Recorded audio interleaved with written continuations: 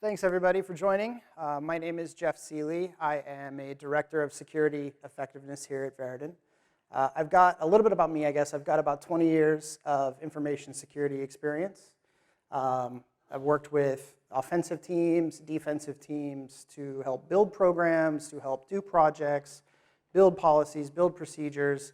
And I've done a lot of that in my time, and a large part of that time has been spent actually running my own security consulting company, Relay Security Group, which I did before joining Veridin.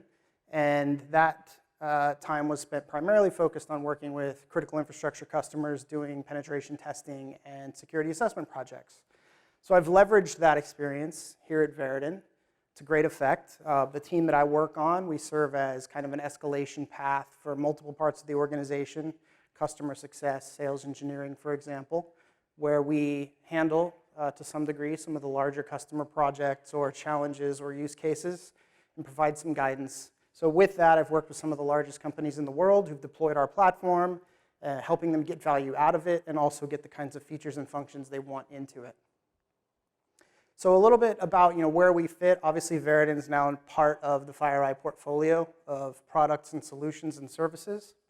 FireEye's got a services arm, it's got an intelligence arm, it's got a technology arm, and we fit in there very nicely. We're benefiting greatly from the kinds of intelligence that the services arm of FireEye is enriching, that's feeding into our platform, giving us more detailed and rich attacker behaviors that we can execute with our platform, which I'll talk about. We're also, like Helix, very vendor agnostic. We evaluate all security controls the same, regardless of who makes them, where they come from, what they do. So what I'm going to talk to you about today is I'm going to introduce the Veridin platform. If you've never really heard about it or seen it, that'll be an intro for you. If you have, it'll be kind of a redo to some degree. But I'm going to cover that, what it is, how it does, some value that it provides, and also give you a short demonstration of the platform.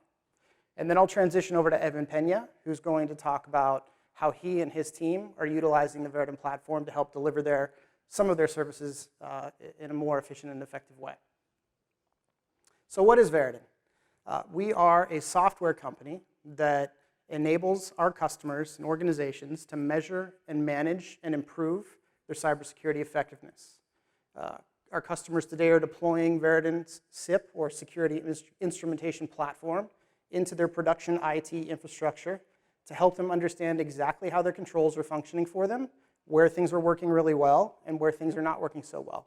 And ultimately to provide data and evidence that they've never really had before around exactly how things are functioning.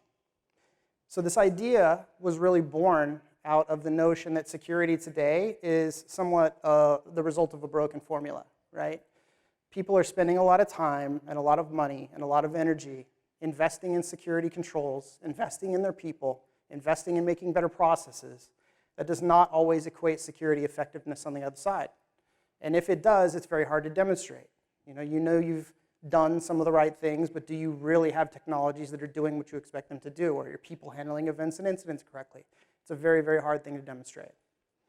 So because of that, because you don't have all the time, all the evidence about the way things are working exactly, the way your controls are functioning, you have to operate to some degree based on assumption with regard to that. And this is different than other areas of a normal business, like maybe finance and operations, for example, where you have very clear data and evidence and metrics about the way things work, and you can take action on that. You can build KPIs around that kind of thing. And security has not had that luxury before Veridin came and really kind of defined the space. So you have to make assumptions, for example, when you buy products about the way those products perform. Are they doing the kinds of things that you bought them for? Is your next generation firewall blocking C2 beaconing behavior? Is it blocking malicious file downloads? Is your endpoint protecting you from attacker behaviors? Without the data related to you challenging that control on a continuous basis, you don't really have the evidence that it's doing that. Once you deploy a product, you have to make a lot of assumptions about the way that it's configured. Is it configured well? Is it configured to get the most possible value out of it? And more importantly, probably, does it stay that way and not regress over time? One of the biggest things that we see working with our customers today is people are deployed in a default or nearly default state pretty much regardless of the control. They don't make a lot of enhancements to that control over time. So they've spent money on a control, and the return on investment based on the configuration is really not there, right? Another really big challenge we have today is our people. Whether they've been here a while, whether you're recently onboarding them, you have to make assumptions about the way that they are working in your environment. How are they triaging alerts? How are they handling incidents? How are they doing forensics-based investigations out of your SIEM and your EDR solutions and things like that? They've got the right resume, they've got all the right buzzwords and all the right products there, but do they actually know how to use those products in the context of the data coming out of your environment? There's not an easy way to challenge them on a continuous basis in that regard. Lastly, the biggest challenge we see with security organizations is they have all the responsibility really of protecting the environment, but not necessarily the corresponding authority over how changes to the environment are rolled out and what that impact is with regard to security. So what that really means is security is usually dropped into an environment to make it more secure, and the business runs as usual. The landscape is sort of shifting underneath your feet. People are making network configuration changes. They are changing authentication mechanisms. They're adding group policy objects. All of those kinds of things can quickly and easily erode a working security control. So something you had working well one day is not working well the next, and it's completely out of your hands as to why. It's environmental. And so these kinds of things can go unnoticed for days or weeks or months, even in extreme cases a year, without being noticed, and you're sitting assuming that your controls are continuing to function like you thought they were. So this sort of leaves you in a position where you don't really have the data and evidence you need to answer very basic questions with a lot of confidence. You're answering them based on assumption. And there's some exceptions to this, of course, right? You know you're doing some vulnerability scans. You know you've got your patch management procedures telling you certain things. You do a couple of pen tests a year. That's very point in time, though. To do that continuously and challenge a control about how it's actually responding continuously in real time is a very, very different thing, and it provides an entirely different data set. So when you get asked, when a headline attack comes out by your CEO, and if you're a CISO, you get the phone call, hey, this happened to some other organization. It's all over the news. How do we know this can't happen to us? Well, you've done all the right things, right? You've got your IDSs patched, your endpoint solutions are updated, your next generation firewalls to its most current version. But then you sort of just have to sit back and hope that those things are working as you expect. And wouldn't it be great if you had a platform to actually challenge them and make sure that they were, right? And that is kind of the business that we're in. I'm not going to go through all these questions, but a couple others, like is there an opportunity to reduce the budget, without knowing exactly how controls are working? That's very difficult to do. Am I vulnerable to some threat actor group and the latest techniques that they are employing? Again, very, very difficult to do. And you don't have all the data and evidence necessary in most cases to do that. And that is what our platform provides.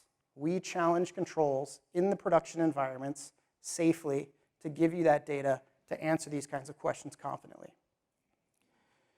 So at a high level, right, like how do we do that?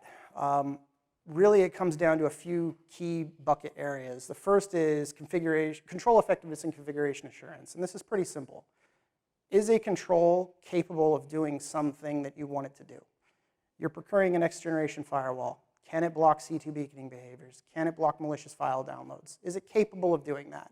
Yes or no? Very easy to do that with our platform and determine that. Next, optimization. So you have a capable control, but is it well optimized? Can I demonstrate that by making configuration changes that my control is now performing better or worse? And being able to adequately demonstrate that to all areas of the business. Ultimately, what you're trying to do here is get more money, or more value, out of the money you've already spent on a control. Rationalization is kind of the next step. So if you know exactly how a control works, it's capable of doing something, it's now fully optimized, you can start to pinpoint exactly where your gaps are in your security stack. You know exactly how you can fill them because you can evaluate the controls you're going to fill them with in the same way that you evaluate your existing controls. And you can also do things that we're not really used to talking about in security, which is identify areas of extreme overlap. People tend to only add things to the security stack. I think we can probably mostly agree on that, right? You add more nets and hope that one of them catches the bad thing that's happening in your environment because you don't really always know exactly what is doing what for you. So if you can identify overlap, you can now have a very rational business conversation based on evidence around the way that controls are working, about where you can maybe save some money. Then you get to the point where you sort of have a known good baseline with our platform, right? You know your control is capable of doing something, it's fully optimized, it's fully rationalized, your security stack is built out. Now you want to challenge that continuously. You want to challenge those controls every hour, day, week, month, instead of doing things in a very point-in-time manner. And you show improvements over time. You can show that by adding that technology, your security posture improved. By tweaking that configuration, your security posture improved. And that is now your new baseline, and you can now operate against that, right? So how do we do all of these awesome things I'm talking about? We have two primary components to our architecture. The first is what we call the Veritone Director. It is essentially the management console for the entire platform. I'm not going to bore you with all the things it can do. It does all the kinds of things you'd expect a management console to do. But it does one very important thing that isn't immediately obvious, but it is critical to doing things in the way that we do them, and that is it integrates with your security stack. If you're going to need to know exactly how a control is performing, you have to plug in to those tools or to the SIEM, and that is what we do.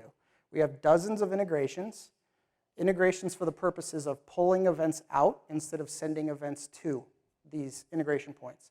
More than anybody in this space, by far, it's not even close. And this is how we can tell you exactly how your security controls are performing. The second component to our architecture is our actors. Our actors actually execute the attack behaviors that challenge the controls in your environment. And again, this is in production environments. The actors come in different formats based on the kind of control that they're challenging.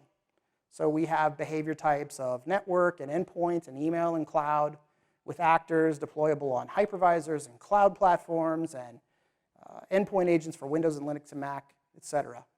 And they are executing attack behaviors.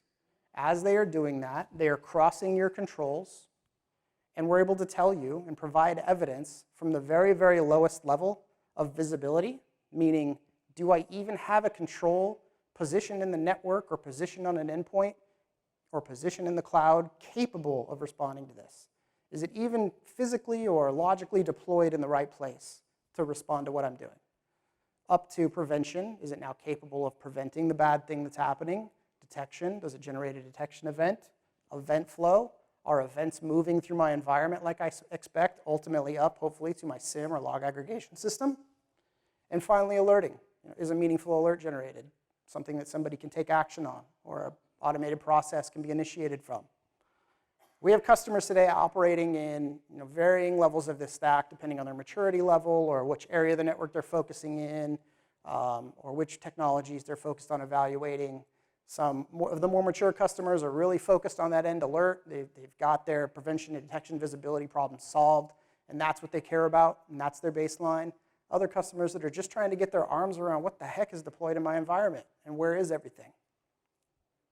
So that process of actors executing behaviors instructed by the director reaching in, grabbing integration events, tweaking and tuning controls, getting them to the point where you're happy with their performance, moving your baseline up and to the right, is how we are helping people measure and manage and improve the state of their security controls and their security environment, and ultimately how we are sort of right-sizing that broken equation where security effective is not demonstrable and is somewhat broken, right? So with that, I'm going to switch to a very brief demonstration. Of course, my laptop went to sleep. There we go. A very brief demonstration of the platform. We have a demo booth here, so definitely take advantage of that. If you would like to see something a little bit more in depth, I encourage you to do that. This is going to be a very, very high level, very quick and dirty demonstration, but I think it'll get across several points. And I'm going to focus on two things here. It's two scenarios, I guess, if you will. One where the environment is kind of broken and we show you how it can be fixed. And then another where the environment is kind of responding the way that I want, and I just want to validate that. So, different scenarios. And then I'll close with some reporting elements and give you kind of a taste of how we visualize some of this data. So this that you see on your screen here, this is our Veritone Director. It's the management console, as I mentioned. There's a couple things I want to focus on. First, the black circles that you see here We've got one on the internet zone. This is an actor, a Verogen actor. We've got 3 circles towards the bottom. These are in our private zone. These are two endpoint actors and one network actor. 2 endpoint actors and one network actor. The security controls that you see here, we've got an IDS, a firewall, and a proxy, are in the middle. So these are the controls that are in our environment. It's very simple, but it also will help demonstrate the point very easily. So what I'm going to do now is go to the attack library. And I know that's kind of small, but hopefully everybody can see it pretty well. This is the library of attack behaviors that Verogen has. And this is a constantly growing library. We have a behavior research team in-house that is adding to this all the time and making monthly updates to it. And of course, now with our integration into the greater FireEye ecosystem, we're benefiting from that greatly as well. We're getting even more data coming in and through that channel. By the way, this is an open platform. So if you or a customer want to add to it, we have the ability to do that very easily in our platform. So what I'm going to do is just filter this list down a little bit. I'm searching for FireEye top malware tagged actions, and I'm also searching for MITRE ATT&CK command and control based actions. That will reduce this list. Now, if I wanted to, I could easily, with a few clicks, run all of these behaviors from my inside source to my destination, all of these C2 behaviors. I'm just going to focus on one and highlight a couple of things. So first of all, name, description, pretty obvious. Very detailed description, though. Tells you exactly what this action does, where we sourced the intelligence, the kind of threat actor groups that might utilize this sort of behavior. We have some tagging as well that is kind of hard to see, but is along the middle. So we're maintaining some tags in line with MITRE ATT&CK and other things. And then towards the bottom, we're showing you all of the Verogen groups of actions that this is part of. So we've got a FireEye top malware group of actions called an evaluation. And then here we see common detection alerts. And this is pretty interesting because we maintain a lab environment where we run these behaviors through our own infrastructure constantly. And we're building out a list of all the signatures and events that we've picked up that could fire, possibly should fire, depending on your perspective, when we do that for all sorts of vendors. We've got emerging threats, we've got FireEye, we've got Palo, we've got Cisco Talos, et cetera. And this happens to be a network-based action, so I can drill down into this and I can actually see what this thing is doing. And I like to highlight this because I want to demonstrate that we're not really hiding anything at all, right? This is the HTTP conversation, the C2 beaconing behavior that we are going to run across the environment. And I can see I'm actually posting out to gate.php there, and that'll be important in a minute, why I'm showing that. So what if I want to run this, right? Well, it's very easy. There's a little blue play button up there. I'll go ahead and click that. I can select a source actor and a destination actor. So I'm going to set my source actor as the actor on the inside of my firewall. And I'm going to set the destination actor as the actor on the outside of my firewall. So I'm crossing my proxy, hopefully, my IDS, and my firewall. I can change things like ports and proxies, et cetera. I can run this in the future date, or I could run it now, which is what I'm going to pick. Go ahead and click Run and submit this. Now the director will reach out to all the actors and sort of orchestrate how this is going to be executed. And that's important because we maintain the state completely. It's one actor talking to another. So we know all the IP addresses and ports and protocols in the conversation. That makes it very easy for us to do a few things. And one of those things is identify if the behavior was blocked, which you can see here, yes or no. Then we will go starting to try to get events out of our integration, which happens to be Splunk in this case. Now, I'll spoil it for you. The environment's broken. We're not going to get events. So this is not going to light up green. But what we do get is a little question mark down there, taking us to our suspicious events view. And what this means is Verogen is telling me that I've got events in Splunk that match a lot of the criteria I'm looking for. The right ports, the right protocols, the right IP addresses, but they're time-stamped 5 minutes in the future, 4.5, 5 minutes in the future. Well, that can't be right, right? Or maybe it is. Maybe it's just UTC and an Eastern Daylight Time discrepancy or something like that. But time is off. And time is critically important, I think, as we all know. You build correlation rules based on time. People respond in real time based on time.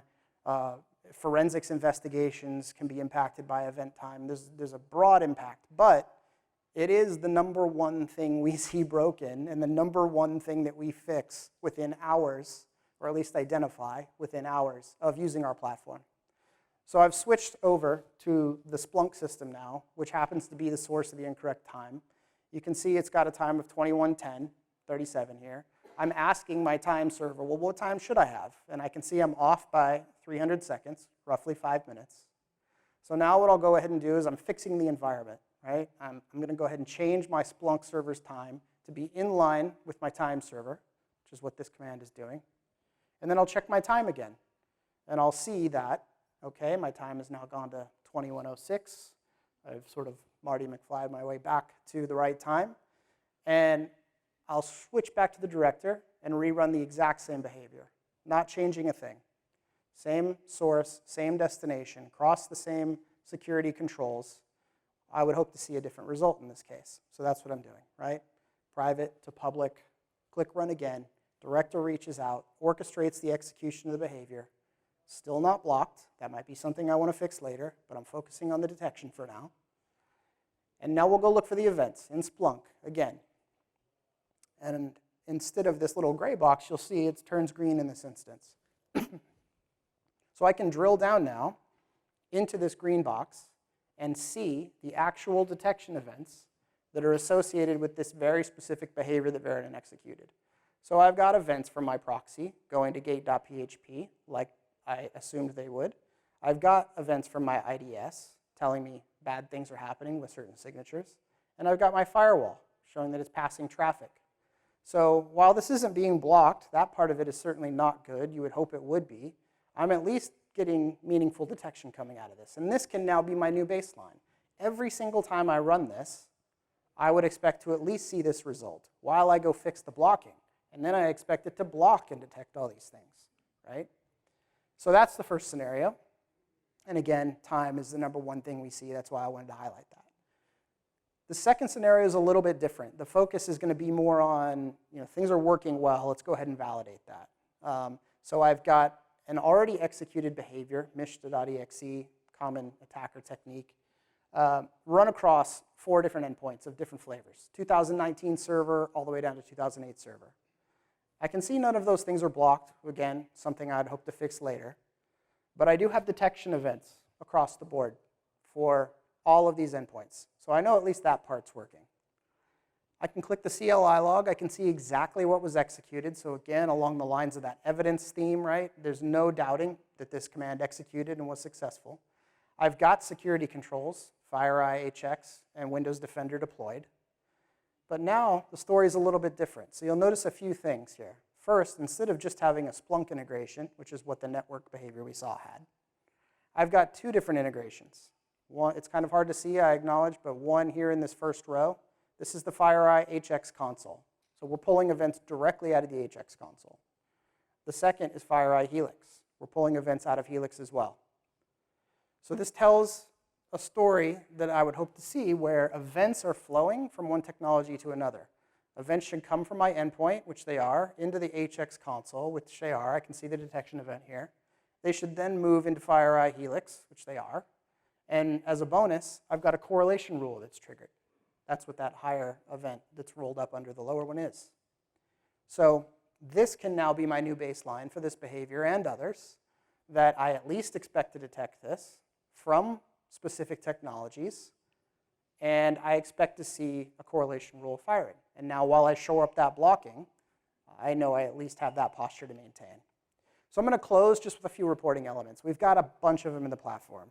We've also got a very, very rich API for anything that wants to be done custom. So this is one of our dashboards called the Effectiveness Gauges dashboard. And what this demonstrates for you, in line with certain criteria, this happens to be behavior type. I'm focusing on command and control behavior types, but this could just as easily be network zone or stages of the kill chain or what have you. And we show you, out of the 77 actions that you've executed in line with command and control, 3 of them have been prevented, a very small number, 61 detected, none alerted, and 16 missed entirely, meaning I have absolutely no visibility over those things at all. So just from this information, represented in these gauges here, with these rings, there's an immediate tuning opportunity, because you might not be 1 for 1 on blocking to detection, but you should certainly be farther than 3 to 61, right? I mean, that's pretty obvious. So people are taking this data and going back and starting to tune and tweak things. We can also see the controls that make up this data set. I've got firewall, IDS, proxy, all contributing to this data set, and I can see exactly how they're performing for me. So that's one reporting element. Another is a MITRE ATT&CK dashboard. Our customers told us, hey, we love what you do, we love the data you provide, we'd love to see it in the context of MITRE ATT&CK because I'm maintaining a hellish spreadsheet, and I don't want to do that anymore. So we have everything broken down by tactic and technique, where we show you exactly which techniques you're challenging with Veridin actions, which controls are responding to that, and how you're performing in line with MITRE ATT&CK. Very simple, right? We could probably do a whole demo just on that, but I wanted you to see it was there. Finally, a summary report where we show you, okay, here's all the behaviors that have been executed in the environment forever or at a particular time. Here's how the percentage that have been blocked, detected, alerted, and then we start to bucketize things by certain criteria like stage of attack or business zone or behavior or attack vector, and show you where you're challenging your environment a lot, maybe where you're not doing it so much, where you're passing and where you're failing. So I hope that was helpful. Again, if you want to see a more in-depth demonstration, we have a demo booth here. Certainly you can pull me aside, schedule something, or I'm happy to answer any questions. But with that, I'm going to hand it off to Evan Pena, who is going to talk about how he's leveraging the platform with his services. Thank you. After you, sir. Nice job. Thank you, Jeff. It's always nice to have the background on what we're going to talk about and how we're integrating this into mandated services. So give you guys a little bit of background on me. I'm Evan Pena. I run the red team for FireEye Mandiant. I've been at Mandiant a little over 7.5 years now. I actually started at Mandiant in the Alexandria office here. I'm originally from Texas, moved from Texas to Alexandria, and originally I was in Quantico on the Marine Corps red team. And then after that, I went on to work in Virginia, or in Alexandria, to work with Mandiant. Back in that time, Mandiant didn't really have a very mature red team or proactive services capability. They did some here and there, but Mandiant was really well known for incident response. That was like the core competency of all Mandiant. So when I started here at Mandiant, I was actually doing a lot of incident response, which is like a really good understanding of how attackers are doing their work and how I can do that on the attacker side.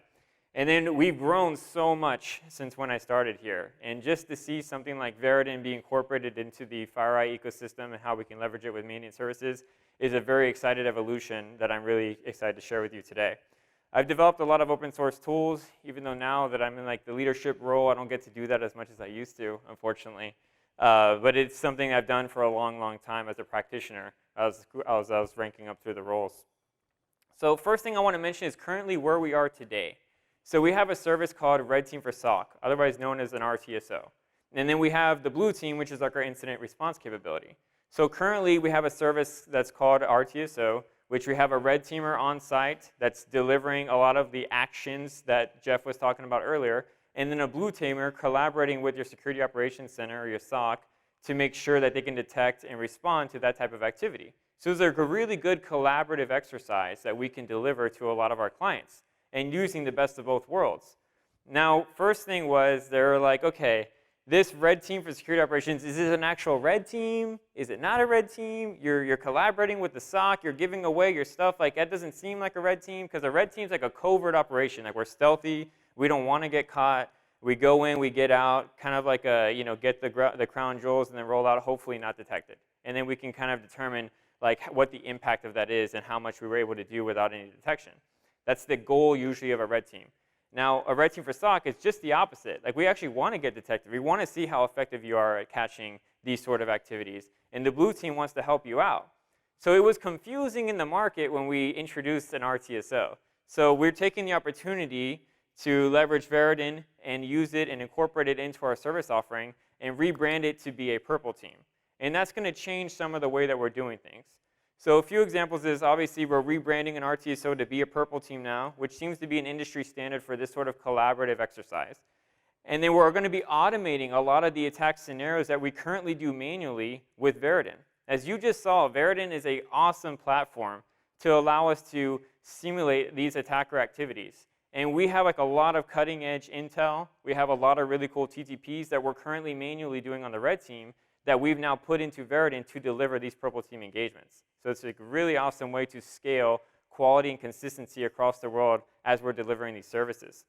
The other cool thing is that we can now map all of these scenarios and these attack actions to the MITRE ATT&CK framework, as Jeff was showing you earlier. So we can not only measure where you are in the the MITRE ATT&CK framework, we can also score you on each individual area as well to see how you've done overall. So that's a really cool thing as well. And speaking of scoring, we're introducing a new scoring system and scorecard so we can track metrics over time, especially using the data that we can pull from Veridin. And we have new report templates, plan templates, and playbooks that I'll talk about as well in a moment. So this is currently the MITRE ATT&CK lifecycle, and also our attack lifecycle and the MITRE ATT&CK framework. So as you can see at the top, that's our traditional Mandiant attack lifecycle, starting from the initial recon phase all the way to completing the mission. And this is generally like the life cycle that we follow as we're delivering these RTSOs or now purple teams. So we go through each one of these phases and deliver various, and actually run various different attacks at each phase of the attack lifecycle. Now, here was our current problem, is that we were doing this manually. So for example, in persistence, we would manually create a service.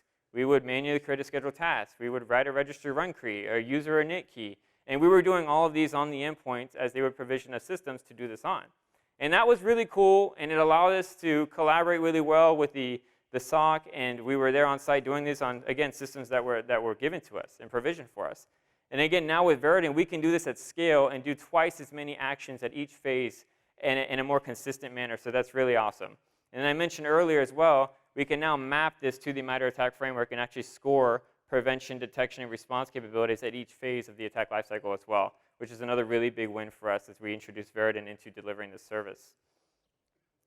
We're also going to be introducing a new service called continuous purple teaming. So one of the things right now is that we'll go do a purple team and we'll gauge your score at the very beginning. This is kind of where you are right now before we did any remediation, any improvements. An improvement is a really good example of what Jeff talked about. You had Splunk that had the wrong timing issue, right? So there was no detection because the timing was off. So we scored that as a no detection for that one action in that one scenario for that one instance, right? Well, you immediately just change the timestamp and update it to sync with your time server, and then you rerun the scenario again, and now you caught it. So now there's detection. So you have the beginning score and then the end score. For a current purple team engagement, we score both. We say this is where you were when we started, this is where you were when we ended. With a continuous purple team engagement, you're going to have failed scenarios at the end of the day. So we'll do a full purple team at the beginning, and then we'll continue to rerun scenarios over the course of a few months, the failed scenarios, so we can continue to track and improve what you're failing on. And then we have scoring that will track you from the very beginning and to the very end, so you can constantly see the improvement over time. This is kind of something that I feel like was missing currently, because we just do the one-off, and then they continue to hire us again. Okay, came back in 6 months, we want to see where you're at, and then another 6 months, see where you're at. So the continuous purple team will allow us to continue that. The next thing I want to say is the strategic services line is going to be impacted as well. We have response readiness assessments, security program assessments to help really measure the program's maturity. So you do documentation review like an RRA, which is the response readiness assessment. We do in-person interviews, operational observations, and that all gives you a very good maturity score. And right now, one of the issues was that we don't do a great job at the technical validation, and that really measures the effectiveness of it. So we have maturity scores, but not necessarily an effectiveness score. So right now, what we would do is the strategic services service line would be like, hey, Evan, can we get a guy from your team to come run some of these attacker scenarios after we're done with an RRA or a SPAL to see how we measure against the effectiveness of these controls that we've done on the strategic level. And the problem was the red team's been booked out, it's tough to schedule it, it doesn't always work out from a scheduling perspective. But now that we have Veridin in place that's going to do a lot of this for us in an automated fashion, we can now deliver some of these technical validation components with Veridin. And that's going to do a really, really good job at measuring the effectiveness of these technical controls in place of that program that was delivered from an RRA or a SPAL. So I'm also very excited to see this be incorporated into the strategic services line as well as the red team service line. So some technical implementation options as we're rolling this out. one of the challenges is how we're going to deploy it, how we're going to integrate it for some of these purple team engagements that might be 2 to 3 weeks long. And then you have the continuous purple team engagements that are about 3 to 6 months long. So there are some options here. So first off, I want to kind of set the stage here. On the right, you'll see this like graphic of the internet. You have desktop users and then some actors. The like greater than looking symbol, that's a network actor. And then the Windows symbol is an endpoint actor.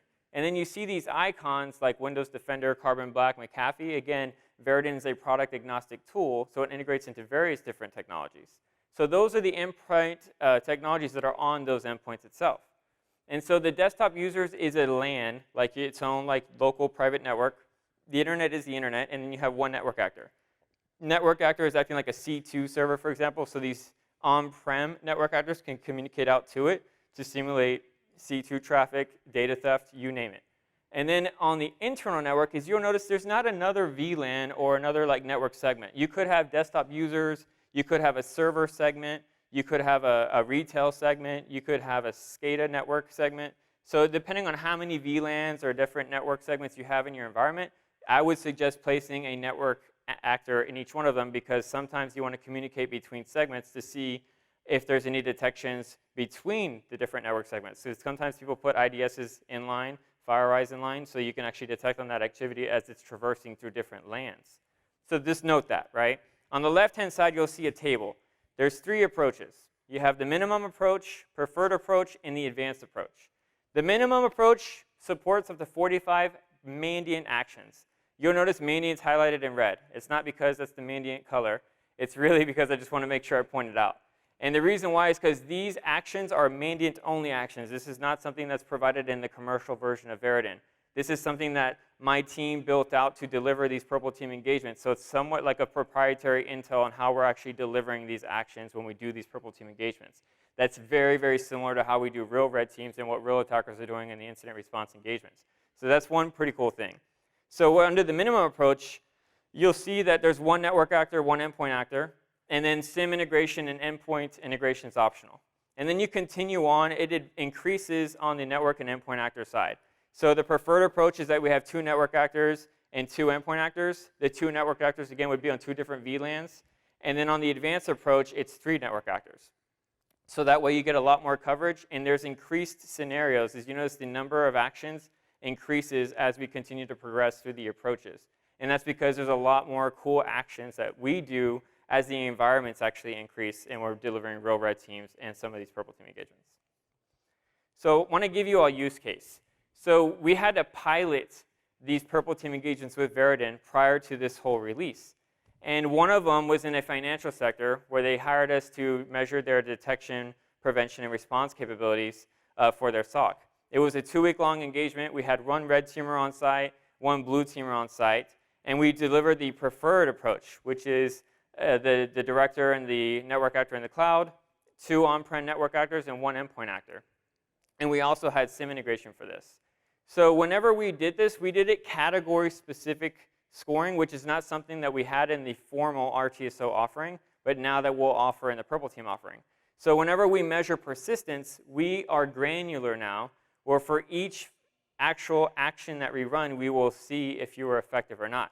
So let's just take, for example, the new service. When you create a new service, you run like SC create, for example. You create the service. That generates an event log. That event log should be sent to a SIM. That SIM has to have alerting around it. The SOC has to see the alert. They have to go from an event to an incident, and then they have to respond to that incident and then contain the problem. So that's a long process in itself, but it could be pretty fast depending on the maturity level of the SOC, right?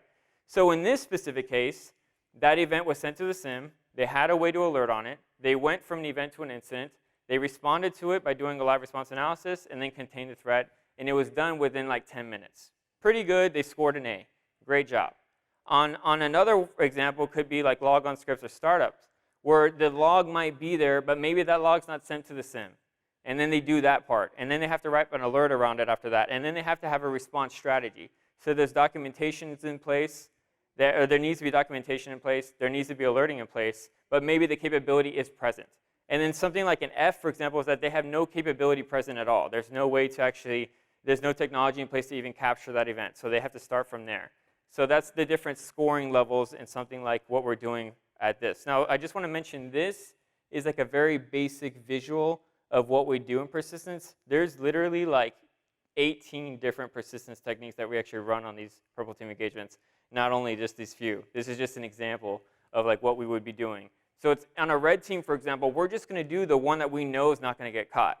Because again, for a real red team engagement, path of least resistance. We don't want to get caught. Purple team engagement, we want to make sure you can cover all of them. Because attackers aren't just going to be like, oh, I just want that one persistence mechanism. Because every APT group uses their own flavor of persistence. So we want to make sure you can cover all of them. So we try to run every single one of them in a purple team engagement. And again, doing that manually, like we're doing right now with the RTSO, that can take some time. But doing it with something like Veridin is a lot easier because, we have it all inside the Veridin platform that now we can just do it with the click of a button. So a lot, again, really good on the scalable part and consistency part. So now we have an overall score that we provide to the client as well. So how did you score at each phase of that attack lifecycle? As you saw, we can measure now. And then what is the overall score where you are now? So this is like a score from the beginning of whenever we actually started the engagement. But remember, there's some immediate remediation that could be done, and then we replay the scenario again or replay the action, and then improve that score so you can see what it was when you started, and then what it was whenever we finished the purple team engagement, which is also really, really cool. And as I mentioned earlier, we now have a continuous purple team engagement. We did one pilot at a healthcare that hired us for the same motive. You want to increase our ability to detect and respond to different incidents. Okay, 3 months long. So we did 2 baseline purple team engagements, one at the beginning and one at the very end. And then we reran these failed actions weekly and continued to provide scores with them. And in this case, they want the advanced approach. They were able to spin up VMs really quickly, install our endpoint actors on them very quickly, and our network agents on them very quickly. So it was really nice to work with because the process wasn't that long to get all this spun up. And the cool thing about this was we were able to track their progression over time.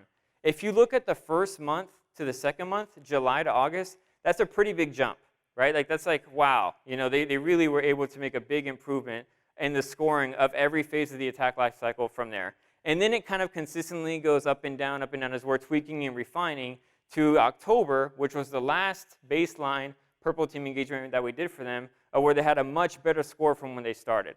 Now, the reason I'm a really big fan of the continuous purple team engagement is because the progression is just such a compelling visual of how we track and provide these scores month to month as we're continuing to rerun these failed scenarios. So we really like this model, which is something we didn't really offer beforehand. And a little bit of an illusion, right? Right now, I just want to let you know that this is, again, 3 to 6 months long, delivered under the Mandiant Services umbrella. Eventually, we're going to mature this service line to eventually get ported into a managed defense offering at some point, which is something I'm really excited about, because then you can do this on an annual basis. And the big benefit of this is that we have these Mandiant playbooks that we're delivering this on. And so these playbooks, again, have those proprietary actions that we're using and that we actually do on real red team engagements to see if you can detect on that activity. So it's really, really good value add. So that's about it for the content on how we're going to be delivering this with Mandiant Services. I'll invite Jeff back up to the stage to open it up for QA. We have about 6.5 minutes left on the clock, and there'll be some people walking around with microphones. If you have any questions, they'll provide you a microphone, and just feel free to ask away. You can just raise your hand if anyone has any questions about it. We have one here in the front. I can go first. So you talk about how it goes through and it creates alerts, and Veridin notifies and says, hey, yeah, it saw it, it created alert and everything.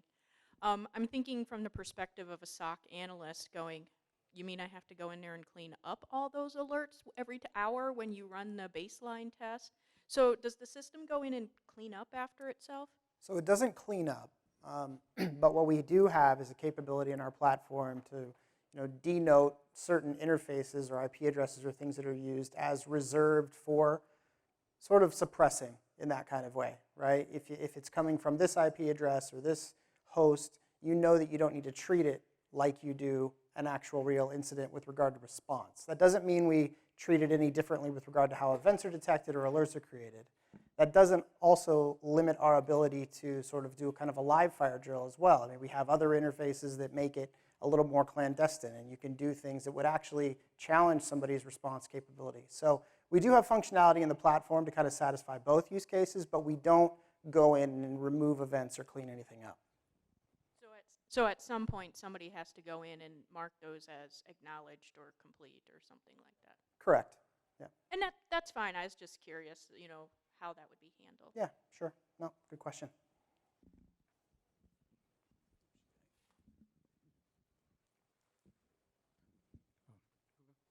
Okay. So when I'm over here, over here. Gotcha. I'm sending events now to either like FireEye or our SIM. If I introduce Veridin, do I now have to send those things to a third place, or will you take them from where they end up? Yeah, absolutely not. We integrate with the stack as it exists. We're not asking you to send events in any different location than you already are. It's our responsibility as the platform to build an integration over its native API to tap into those technologies. Thank you. Yep. Yeah. I noticed in your kind of scenarios, you talked a little bit about lateral detection. How does Veridin take those actions to emulate lateral detection, and what do you do to evaluate lateral detection?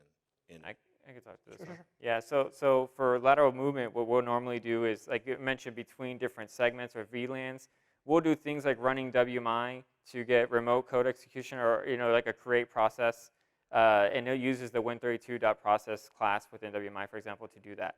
So there's two things there. That's one, running on the endpoint, so that's endpoint, and then two is that traffic over the wire between the two different endpoint actors. So that's one thing. Another one could be doing a remote schedule task remotely to another system.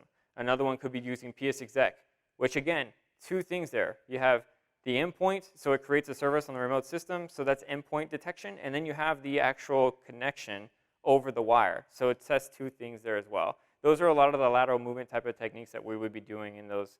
And if you have some sort of network technology in place to catch that activity, you could do that. Another really good example is like Mimikatz output over SMB between different VLANs. That sort of thing should be caught by IDSs in terms of just the raw output between the different VLANs. It's sort of any most IDS that's actually detecting between those two. That's another example, but it's just a PCAP. So we have PCAP type network only traffic that we simulate between the two, and then we also have endpoint ones where it's being run on the endpoint, so you have like that post execution, like the PSExec one I mentioned. So it covers a little bit of both. And Does that make sense? Sorry. Oh, sorry. I want to underscore that, right? Because it's really important the way that we break things down, both in our platform and the way that Evan's doing it. If you're evaluating lateral movement on an endpoint only and doing something like WMI, like you mentioned, your endpoint control might block that. That's great. It might prohibit it from even touching the network.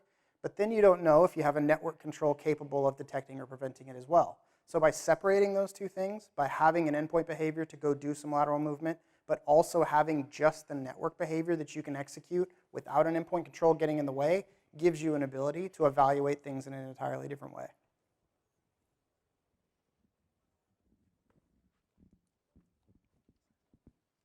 Sorry, I have another one. How do you handle like privilege escalation? That's where a manual group would kind of get in there and do things. How do you handle it automatically? So that's another really good question. A lot of times, there's a few ways to do privilege escalation. You have like UAC bypass type stuff that's like built into a lot of these post-exploitation frameworks like Metasploit, Cobalt Strike. We run a lot of those that are already built-in actions of that. So these UAC type bypasses, they just run them blindly. And then there's like misconfigurations. Like you have unquoted service paths and things like that that might want to be abused. Now the problem is we don't know if there's going to be an unquoted service path on the gold image that you would provide us that matches your technology stack. So we can't just automate those because they may not exist. So most of the privilege escalation techniques that we're running is going to be things like the UAC bypasses that are publicly available in these frameworks. And we have the ability to do a lot of custom ones, which we do on the Purple Team engage. That's kind of like one of the benefits of having a consultant do these, is that we can check for the unquoted service path type of misconfigurations to see if we can't exploit those to do privilege escalation that way. That's one of the big differences between technology automation and consulting. Again, just to add to that really quick, in the platform, we do have the ability to execute behaviors as user profiles as well. We do that using the Windows credential provider. So we can very easily demonstrate moving from one level of privilege to another. I think we have time for one more question, but I just want to remind everyone that we'll be around for a little bit after if anyone has any additional questions. I think I was the lucky guy with the mic. Quick question specifically for the product. In your architecture slide, you had showing under the director all these different layers with events, predictions, and visibility. You also mentioned, coming into the FireEye family, you're bringing in a lot of, partner agnostic, technology agnostic features. Can you help me understand a little bit better in those layers? What are things that you pulled in from other technologies, from vulnerability management or visibility tools, or what can Veronin come in and replace? I don't really, as far as replacement, I mean, really, we're kind of a vendor-neutral platform to sort of evaluate these technologies, right? We sort of blazed this trail, and we're an entirely new thing. So we're not really in the business of replacing things or services, right?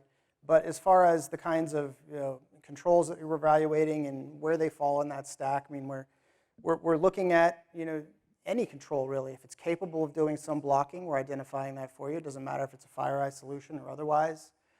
Visibility just is the same, right? If a control is logging or is positioned in the network somewhere, it doesn't really matter to us where it came from. We're executing a behavior, and we're just telling you what was stimulated by that behavior in your environment. So it's really a very, very neutral solution in that regard. All right. Well, I appreciate everyone joining us today. And again, we'll be around afterwards if y'all have any additional questions.